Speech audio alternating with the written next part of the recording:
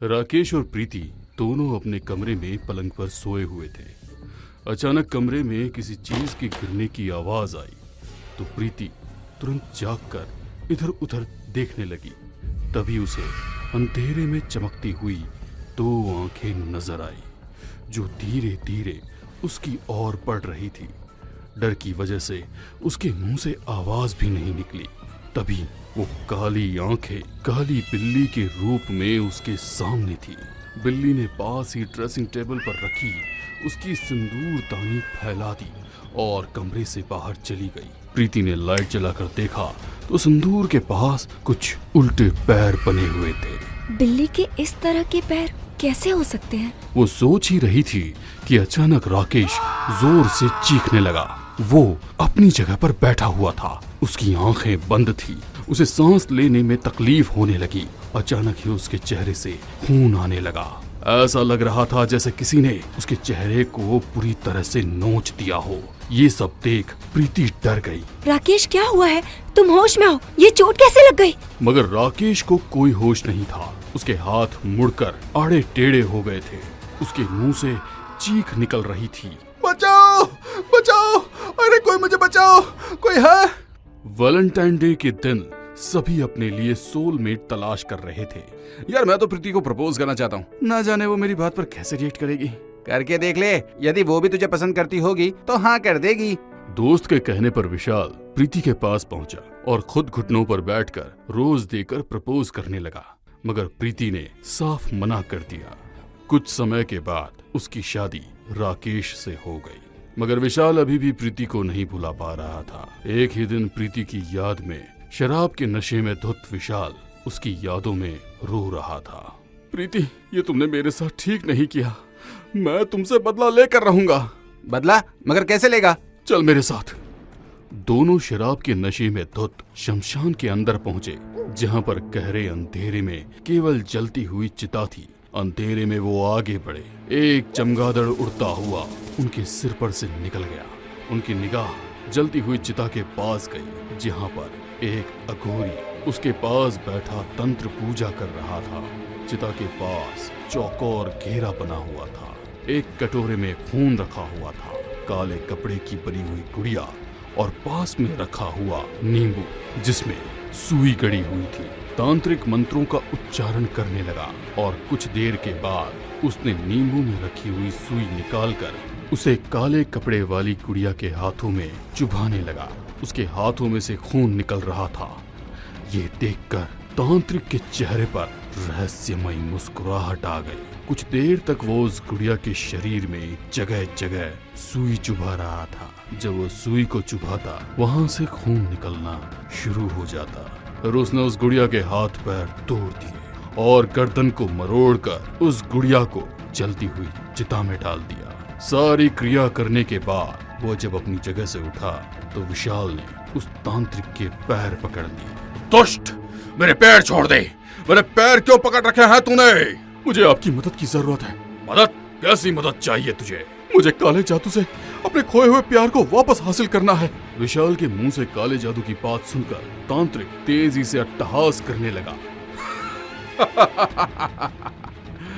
तुम आजकल के लोगों को लगता है कि तंत्र साधना बच्चों का खेल है। मैंने इस साधना को सीखने के लिए अपनी पूरी जवानी शमशान में बिता दी। वैसे भी दूसरे का बुरा सोचकर की गई तंत्र साधना हमेशा गलत नतीजा देती है। कहीं ऐसा ना हो कि उसका बुरा असर तुम पर ही हो जाए। विशाल अपनी जेब से ढेर सारे पैसे निकालकर तांत्रिक को तुरंत दे देता है। ये तो सिर्फ नजराना है।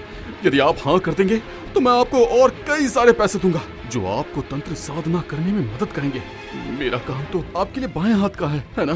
पैसों से मेरी विद्या का अपमान कर रहा है मूर्ख। कहते हुए उन्होंने तुरंत अपने हाथ से विशाल के कुछ बाल उसके सिर से खींचकर तोड़ लिए और फिर कुछ तंत्र मंत्र पढ़े और पास रखे नींबू में वो बाल लपेट दिए। जैसे ही उन्होंने बाल को नींबू पर लपेटा, नींबू के ऊपर सुई लगने लगी। उसकी चुभन का एहसास विशाल को हो रहा था। वो हर बार जोर से चीखते हुए तांत्रिक से माफी मांग रहा था।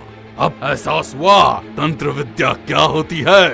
मान गया, मैं आपकी तंत्र विद्या की ताकत को अच्छे से मान गया।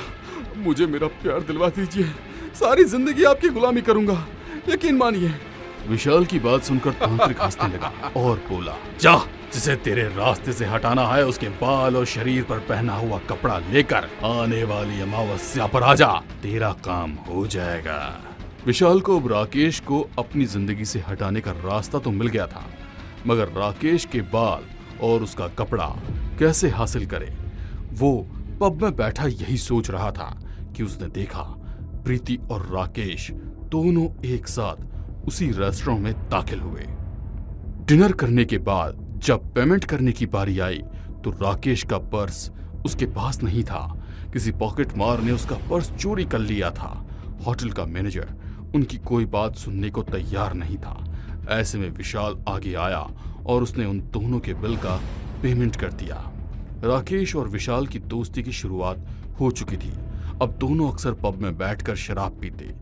एक दिन शराब ज्यादा हो जाने के कारण राकेश का किसी से झगड़ा हो गया। उसी हाथापाई में उसके कपड़े भी फट गए। विशाल तो इसी मौके की तलाश में था। उसने तुरंत उसके शर्ट का फटा हुआ कपड़ा उठाया और बाल खींचकर अपनी जेब में संभाल कर रख लिए। कुछ दिनों बाद जब अमावस्या आई तब वो सब सामान लेकर उसी तांत्रिक के पास शमशान में पहुंचा। तांत्रिक पहले से ही उसका इंतजार कर रहा था। आज शमशान में कोई चिता भी नहीं जल रही थी, इसलिए तांत्रिक ने शमशान के बीचों बीच एक हवन कुंड जलाया हुआ था। हवन कुंड के आसपास काले जादू का पूरा सामान रखा हुआ था। जैसे ही उसने तांत्रिक को राकेश के बाल और कपड़े दिए, तांत्रिक ने एक काली गुड़िया उठाकर उस पर वो सारा सामान रख दिया। फिर पूजा के जरिए उस गुड़िया में राकेश की आत्मा को बुलाया और काले जादू के जरिए उन्होंने राकेश को मार दिया। आज विशाल बहुत खुश था क्योंकि राकेश के जाने के बाद उसका प्यार उसे मिल गया था। एक दिन विशाल किसी काम से बाहर गया था और प्रीति घर की सफाई कर रही थी। उसी समय उसे एक काले कपड़े की गुड़िया और काले जादू का सामान मिला। विशाल की कबर्ड में ये सब देखकर वो हैरान थी। उसके घर आते ही प्रीति कई सारे सवाल पूछने वाली थी, मगर उसके पहले ही उसकी एक सहेली अचानक से उसके घर आ गई और उसके हाथों में सारा सामान देखकर वो उससे कई सारे सवाल पूछने लगी। ये काले जादू का सामान तुम्हारे पास कैसे? कहीं तुम कोई गलत काम तो नहीं कर रही हो? कैसी बातें कर रही है तू? ये सब सामान विशाल का है। मैं खुद उसे सवाल पूछने वाली थी।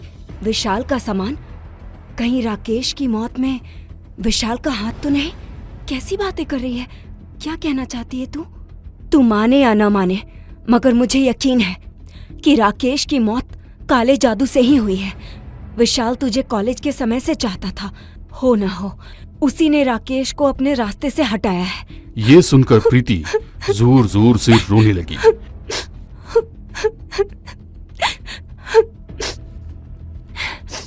मुझे तेरी मदद की जरूरत है।